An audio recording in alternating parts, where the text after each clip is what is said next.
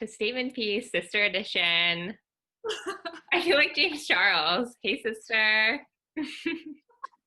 Very special episode today. We have my dear sister Mira and her friend Lauren. So Mira and Lauren, can you explain a little bit about yourself, where you come from, what are you studying? I'm Mira. I'm from Minneapolis. I'm currently a junior at Syracuse University studying communications design. And yeah. And I'm Lauren, and I'm also a junior at Syracuse University, and I'm studying political science and citizenship and civic engagement. Oh, that's cool. So how did you guys meet? Basically, I guess through like mutual friends, I started becoming really close with like friends on her floor freshman year, and then we all became like a little friend group. So Nice. So, what is your relationship to Ugly Bleep Enterprise? So we started it freshman year just to sell some of our old clothes, and like we thought it was going to be like really small account, like something we did for like a month, and I think it kind of like just created this whole thing that we didn't even like imagine. And how did you conceive the idea, and can you explain a bit of what it is? well, basically it just like started. We were like all sitting around.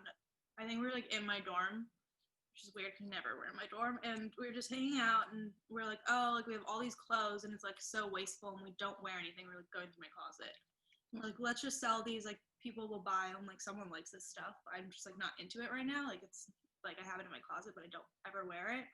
And then we kind of started doing that, and it was like working, and like our like friends or like people we followed and like started buying our stuff. And then over the summer, people was like, hey, like I'm like thrifting all these things and like bleaching all these clothes, and like they're kind of cool. Like, would you guys mind if like I just like posted them on the account? Like we're like, yeah, why not?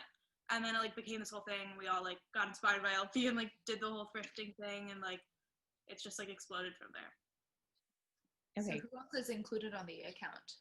So it's me, Lauren, LP, and our friend Gabby and Claire, who are also juniors at Syracuse. So, what are the roles that you guys take on it? So we kind of just like are all equal partners in the account. So we don't like deviate who does what, rather we just like each have our own like styles. So we each create our own clothing because we don't want to like infiltrate on like other people's. And then like photo shoots and stuff, it's like fun. It's like a joint collaborative thing. It's not just like one person does all of this. Yeah. I know. A couple friends of mine have said that the social media marketing on your guys' part has been really good, and that's what's really caught their attention. So why do you think it's grown so much in the past couple years? Well, I think in general when we first started it like a lot of people were like, what is Ugly Bitch Enterprise? Like that's such a weird thing. Like it's like so provocative and intriguing. Like I wonder what it is. But then I think it started doing really well because I guess people started caring more about being sustainable and like shopping ethically, and then also like supporting small brands. And it's like LP mentioned this once when we were like hanging out, but like when you're on a college campus and you have a small business, it's like small businesses and other like small college businesses, like we all support each other. It's like being from a small town. So that was like also like a part of it. Like I think how it like started rolling. Mm-hmm. So there are other small businesses on Syracuse's campus?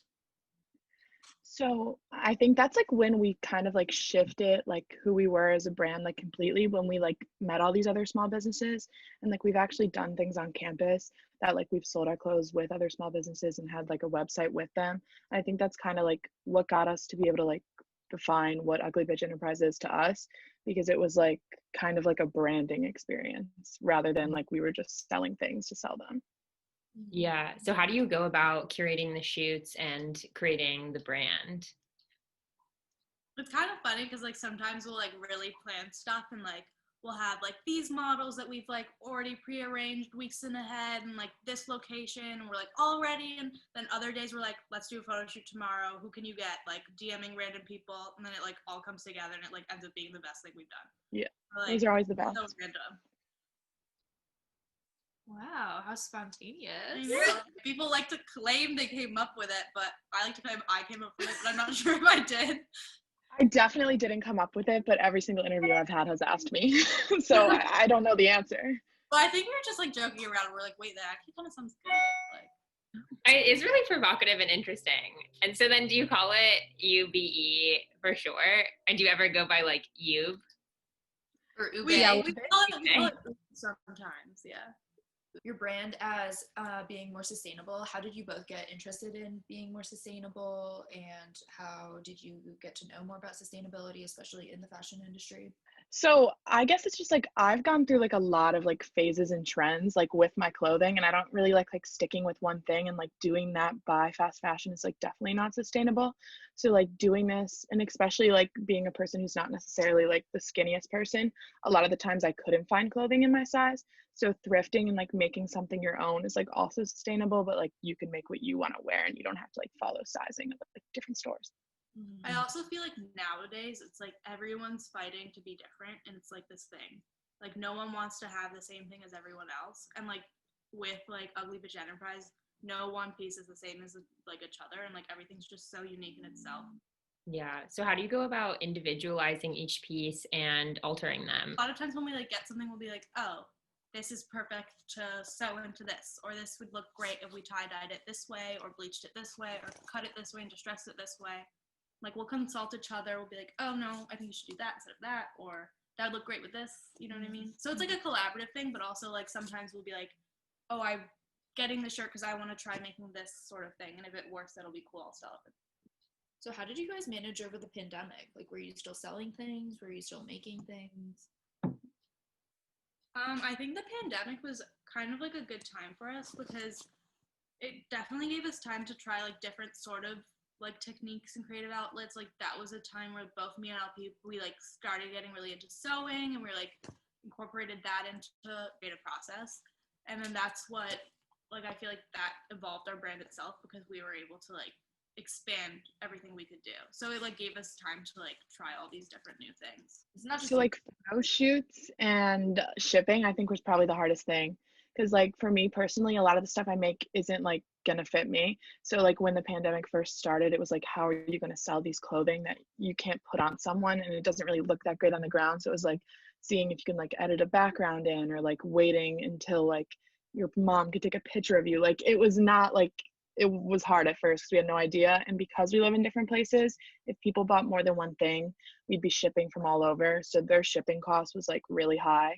So we were trying to like step back and like let people know because we didn't know how to handle that. So how did you go about addressing costs prior to the pandemic and during the pandemic? Was it mainly out of pocket, or would you kind of utilize revenue that you got previously? I would say the majority of like the money we've made, we put back into the business in one way or another.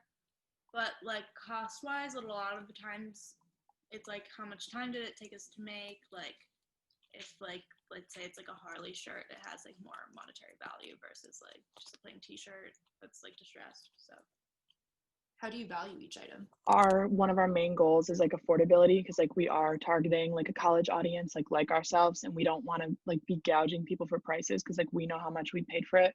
But it's like kind of like we've grown to appreciate what we make and kind of see it as like something of our own, and not that like we're just ripping off someone by like throwing bleach on something. Like this is something you put your work into. So kind of like discussing back and forth, like what is this worth, without taking advantage of the people that like are the reason we're here. mm-hmm. And then how do you split the profits that you do have? So usually it's like if we like were thrifted together and we bought a shirt together and we worked on it together, we'll like split the profits. But if like you made it yourself, like you get the profits. It's kind of like a mini marketplace within itself for ourselves. Mm-hmm. Interesting. Have you ever had inner team collaboration issues? Yeah, 100%. Because it's definitely like hard working with your best friends. Like also when we first started, we were living in dorms, and we were like two girls living together versus the other two girls living together. Like, you know, like it obviously like makes it hard. You might take things personally when they're not. Like, I don't know. Working with friends is always going to be a challenge, but it's also just like a learning curve. Like it's part of like the whole communication side of it, which like helped us like grow as a brand and become more transparent with each other and like with our customers. How grown up of you. And I'm just like so mature. if you were to carry on doing this post college, what would it look like to you guys? Like, where do you think it's going to go? Where would you want it to go optimally? I mean, I definitely think it's still possible, and like it would just work, but it'd be like we'd be in our separate homes and we'd still be like collaborating, but it'll be harder because we're not going to be together 24/7. Whatever we're doing in our lives, like even if like this was our passion, it's kind of like how to bring this like large scale, because what we do is so small scale and we put like so much time into one piece. I don't think it would be like financially like beneficial for the four of us to keep doing it the way we're doing in the future. So if this is something we wanted to continue with, I think we'd have to like discuss how we would move forward. And I feel like in order to do that, like we'd have to like grow from our just 4-person business, which is kind of hard for us because it's like a very personal thing in a sense, because it's like we really do put a lot of work into some things. Like there's like some shirts we literally put hours of work into versus others that don't, but like that's like kind of hard because it's kind of like pieces of art sort of, because like you're spending like literal like all of your free time on something, and then it's like that's like what you're putting out. So like it could end up being like sort of a marketplace sort of thing, but like that already exists. How much do you tend to mark up prices, and do you quantify that markup with labor in mind? But when it's like a cut and sew sort of piece versus like we're tie-dyeing something and we're not like cutting it or sewing it or like adding more to that, we'll charge more for something we like spent more time on. But they don't always necessarily sell better, so it's hard like marketing what sells best versus what we put the most work into, because things that we think should be worth a lot more because like we love them and worked on them don't necessarily sell, so we have to lower them and then charge more for things that we don't really know if they should. Like, do you say that, or would you say that you guys follow a lot of trends and kind of like fulfill people's demand in that way? I think at first we did like definitely target like the tailgate Syracuse college-y side of it, because like that's a huge market, and that's kind of like how it kind of evolved too, because we were like, we want better tailgate clothes, like they're all boring, yeah, like and they're crazy so expensive. expensive, and like the other cool tailgate clothes that are out there are like I'm not trying to drop $100 on a t-shirt for something I'm going to wear once and might destroy. So I definitely think at first, like, we really got a market from that, which was good because that's what helped us gain a following on campus. But then, like, as time has grown on and we've, like, gotten more passionate about Ugly Bitch Enterprise, we've been able to, like, put our own individual flair on it. So, like, it's not just super, like, what's trending now. It's just also, like, things that, like, we like. And we're all, like, have our own different styles. So we, like, kind of follow different trends, which works because it's, like, we have such a wide audience. I think as we evolved, like it evolved with us, because like a lot of what we like has shifted like dramatically since freshman year, and like it shows in things we do. And like she was saying, like all of our pieces are totally different just because that we're like different. So how would you guys define your styles? Great question. Mira, don't flatter me like that. Well, no, I don't have a good answer. I just think it was funny because we're not edgy and quirky. Like, LP like likes to try different things. Like, Yeah, LP's like she doesn't have like one style. She like kind of like does different types of trends. Okay. Abby like likes like more like Y2K vibes. Like she's like more like she like likes, I would say, like quirky tees with like funny little phrases and like stuff like that. For the last like 2.5 years of college, I've like just been putting this down as like a hobby we do, and it's like not that big of a deal. And then like I've been doing like interviews or like talking to people about it, and I like step back and I'm like, oh, this was like a big part of your college career, and it like changed how like we all act and how we all dress and like how we carry ourselves. So if How you would you guys describe your style? I don't know, girl. I feel like it's like somewhat Pinterest girl-esque. Okay, but Pinterest girl is a new thing that just came out. Like, I feel like that's just like a new term, like a newer term versus the new other ones. Yeah, no, I agree. Yeah, it's Pinterest girl, but then I feel like you really like graphic tees. Well, I like to like kind of dress like how like I want my ideal boyfriend to dress or girlfriend. Yeah, makes sense. You know what I mean? That's I a good literally texted vibe. her that today. I Yeah. was like, you look like what you want a man to look like, but like in a weirdly feminine and nice way. So are you guys registered as like a C Corp, or how have you formalized the organization? I actually was just looking into that now. For So an we're not. LLC? Yeah, it's it's harder just because there's more than one of us. Mm-hmm. So I've been like trying to look into that over break because it's also like what state we're gonna be registering because we're all from different states. So I guess we have a lot to talk about that, but I feel like we should just like moving forward. So like we have like the name and like this solidified if case it's like something we want to do. Mm-hmm.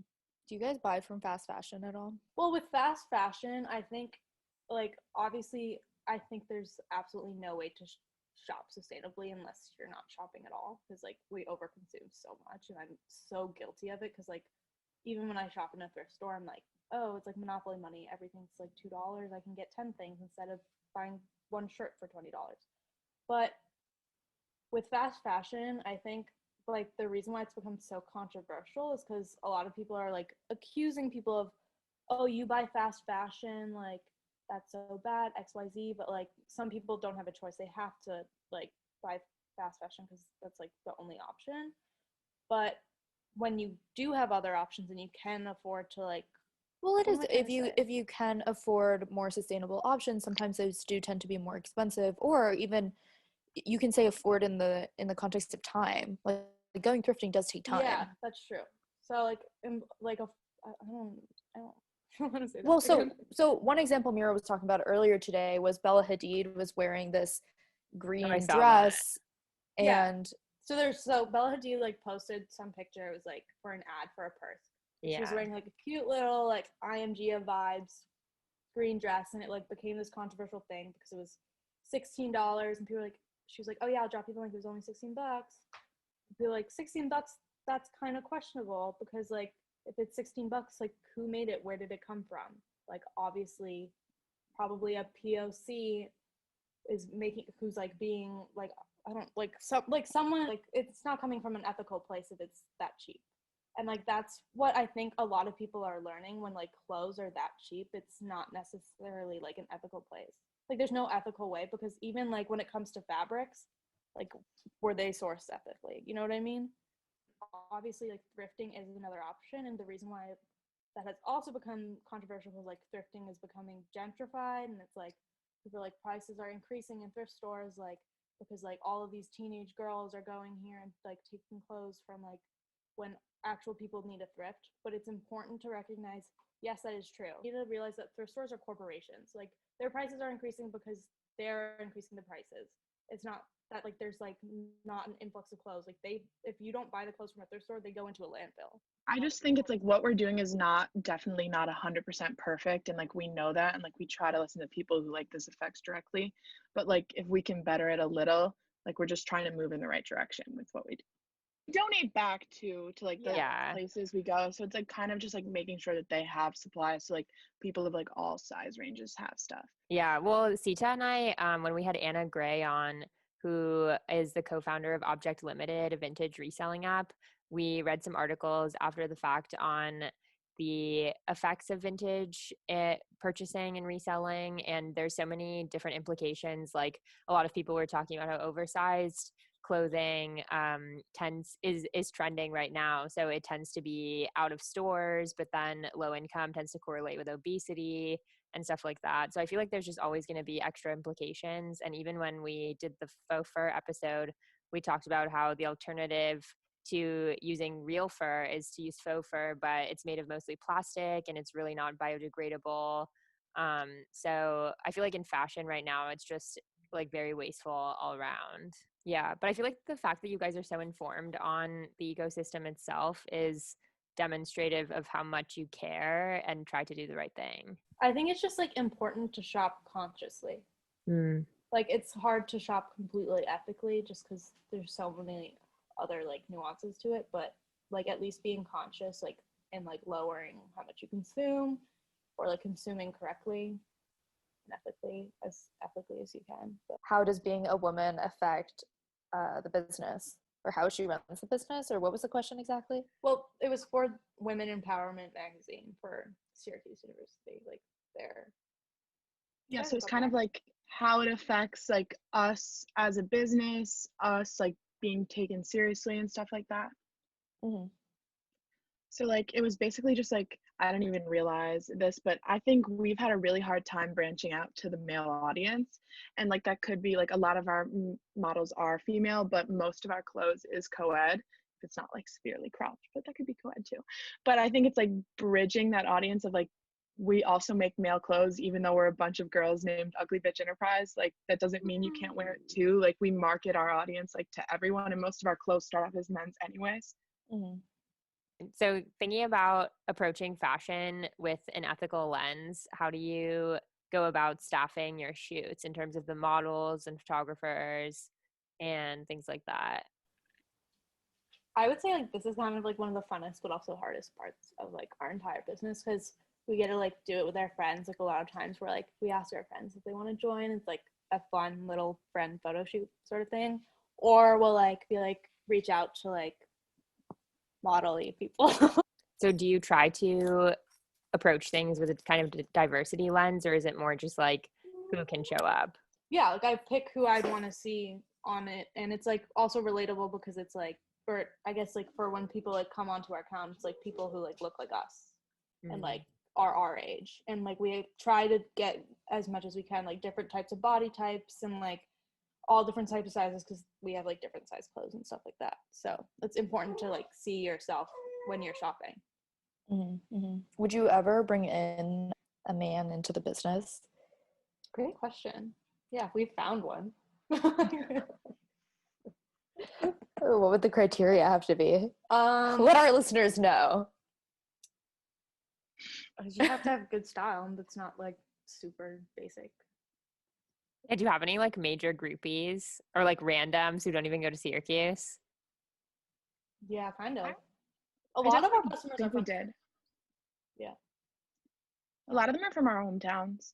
Mm. I think we had like a big loyal following, and like we were struggling with that because I think we did lose lots of it when we tried to like we were talking about before, like go different avenues and get new people. We lost like a lot of the people that buy stuff over and over again. So like we're kind of working to like get that back. Oh, when you expanded beyond tailgating. Yeah, that and like we tried a website because we thought it'd be like easier for people and stuff like that. I feel like it would be. It would also be better for scaling purposes, but it wasn't. We didn't reach any of like our. No one who bought our clothes through the website were any of our customers from before, and we usually get reoccurring customers every time. So it was Mm. just like a completely different audience, and I guess like for some reason, even though we were promoting it, like I guess there wasn't like a correlation in between like the Instagram following and like who was on the website, which is weird. Yeah. Why do you think that is? I don't like I guess like even though it is very clear and like people do like the Instagram drops. We thought like yeah it's annoying because there's like 30 posts in your feed at once, but like we would sell out within like or like almost sell out within like the first 2 hours. I think Yeah. like with that was like a sense of like exclusivity. Like if you could get the drop, like you would set your time, and like if you got this, no one else would get it, and like people would be commenting like, "Oh, I want that." So it was like kind of like this whole action and like thing that only you could have rather than like something you can just like go by. So what do you guys plan on doing when you're older or after college? I think it's kind of like this year has been like a big shift with like the pandemic and everything happening. Like I personally saw myself going into law in the past, and it's like seeing the fault in like the own systems that you like want to be a part of kind of like had me step back and like realize I don't know all the answers even after 3 years of college. So it's kind of like seeing what I could do that also like helps issues that I really care about, but allows me to like use things I am passionate about. So I don't know. For myself, because I'm in like the design world, I definitely just like I'm just excited to jump into that world, but I don't really know where like what type of specific design I'd want to do. But you know, I'd always want a little. I wouldn't mind fashion being involved. So yeah. Mm. So what have you guys been able to do that has been successful in terms of I reaching out to guys? I think when we started collaborating with other brands on campus, like there's this I guess you could call it kind of like a marketplace sort of thing called Popcycle on campus, and they like get multiple on campus like college brands and like held pop-ups for us and like a website and everything. So like that gave us an opportunity to like reach people that like didn't follow our account and just like literally like students walking by. So they'd see them and be like, oh, that's a cool shirt versus like, oh, that's Ugly Bitch Enterprise. Like, oh, I'm a man, I can't buy something from Ugly Bitch Enterprise. You know what I mean? So it's like it gave us an opportunity to like completely expand our market in that way. So like guys can like see it as something, I don't know. I think our marketing is like very female oriented just because like we're all females, like our friends are females, like people who support us, like it's all pink, like stuff like that. So having a third party come in and like promote this as like cool clothes that has nothing to do with us personally and like what we've portrayed ourselves as has been like the biggest way to get like male customers. So where do you see it going in the next couple of years, especially as you guys are ending your college experience somewhat soon? Great question. We haven't really talked about it, and I think we're just gonna like see how it goes. Okay, so one question we like to ask all of our guests is, what's your favorite statement piece? You knew this was going to be a question by being what's on a it. great answer to that? Me and LP both made matching pants, and they're like these tie-dye butterfly pants.